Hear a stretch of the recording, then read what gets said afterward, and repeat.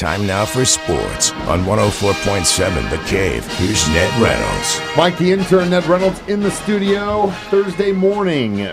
Coach Andy Reid's been pretty mum about the status of Xavier Worthy, and they say sometimes no news is good news. Is that the way we should be thinking? Well, what they were doing was waiting on a second or maybe even a third opinion as to what to do, and finally the opinion they wanted came through.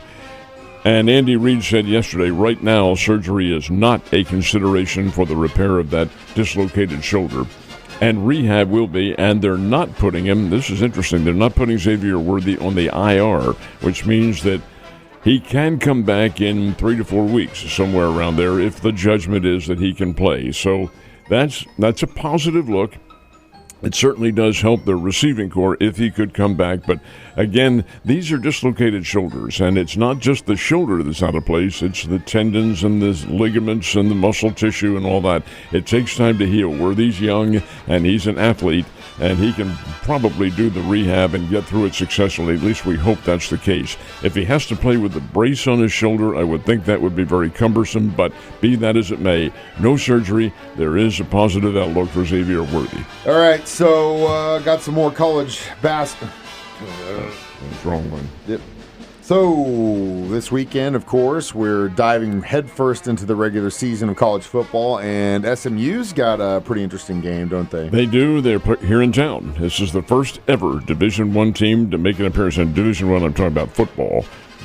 Southern Methodist basketball has been here on several occasions, but football, this is the first time that a big deal team, and they were a playoff team last year, the Mustangs, comes into Springfield to play. Now, the point spread in this one, Southern Methodist is favored by 28 points, and really that does seem reasonable. After all, they play in the Atlantic Coast Conference, and after Texas Christian next week, which is a non-conference game, but a very severe geographic rivalry, well, hell, then they get Miami, and they get Clemson, and they get Syracuse and Boston College.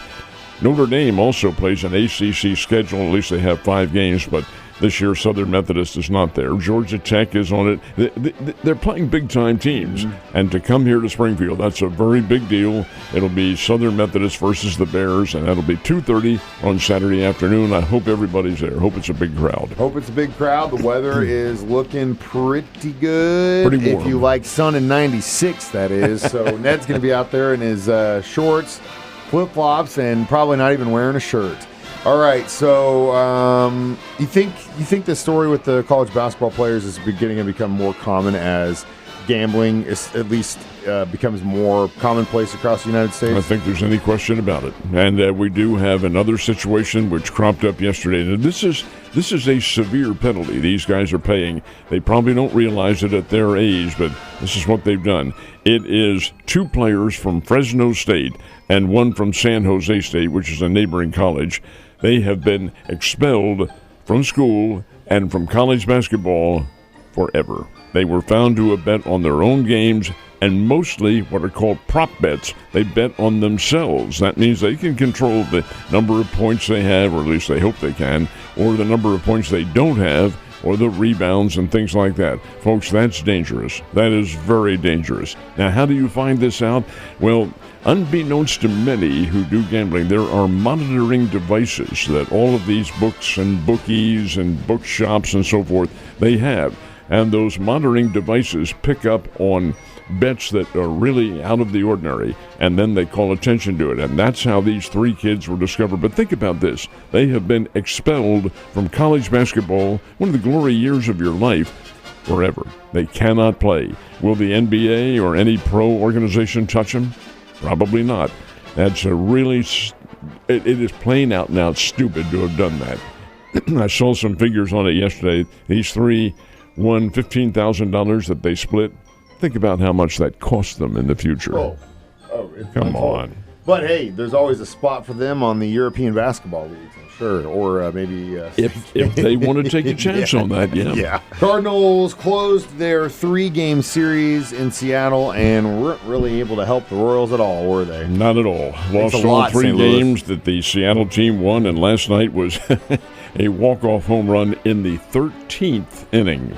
Now, you think about that, because under these bogus new rules that the commissioner put in where you have a ghost runner on second base, you would think a team be able to score. Well, they did. Seattle did score in the 11th inning, but so did Kansas City. They each got that runner around. Hey, you sacrifice the guy, put him on third, and hope for a sacrifice fly or a hit or a wild pitch or something, but that's not the way they play it. However, in this game, it was 2-2 going into the 13th inning, and a guy named Leo Rivas, who is a second-year player on the Mariners, came up. He'd been inserted in the game late in the contest as a defensive replacement, comes up and hits a 2-run walk-off home run. Seattle wins it by a score of 4-2 over the Cardinals, and you're right, the Cards didn't help the Royals one little bit. No, they didn't. Thanks a lot, St. Louis. The Royals did help themselves a little bit yesterday against Cleveland, and they can even up the series if they win today. Well, Mikhail Garcia drove in 3 of the runs, and the Royals get a 4-3 win over the Cleveland Guardians. Nick Lofton in the 7th inning hit a big shot, and that was the ball game.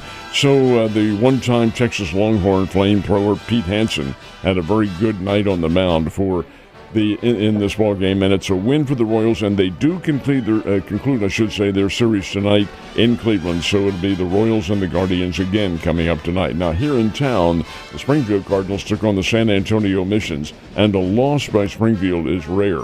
They haven't lost very often this year, but they did lose last night. San Antonio wins 5-3, and this is the Springfield Cardinals lineup with Brendan Donovan and Nolan Arenado playing. That's the St. Louis Cardinals South is what it is. But be that as it may, I couldn't come away with the win 5-3, and their contest is scheduled again tonight. We've got the World Cup soccer tournament kicking off in the United States and really just North America in general next year. We've got Team USA working towards that right now currently, right? Well, there are 3 nations that hosted this year, and they are all 3 automatically in the competition. The USA, Canada, and Mexico, and they will all host competition. Most of it is in the United States. So being a host team, or host nation, I should say, the USA team is automatically in. They don't have to go through the qualifying. Does that do them any good? Well, yeah, it helps out to at least have a chance. Same with Mexico and the same with Canada. But now the other nations have begun to complete the field, and it all begins on June the 11th of 2026. That's less than a year from now. It'll be held in several venues around the United States and Canada and Mexico, and it's a big deal around the world. Is it big in the United States? Yes, it is. It's a very lucrative deal to have. Arrowhead Stadium in Kansas City is one of the venues, and I think they've probably already sold out their allotment of tickets. That's the World Cup, and it'll be coming next year. And if you didn't get your tickets, man, they are going to be expensive. Ned, have a good day. I'll see you tomorrow.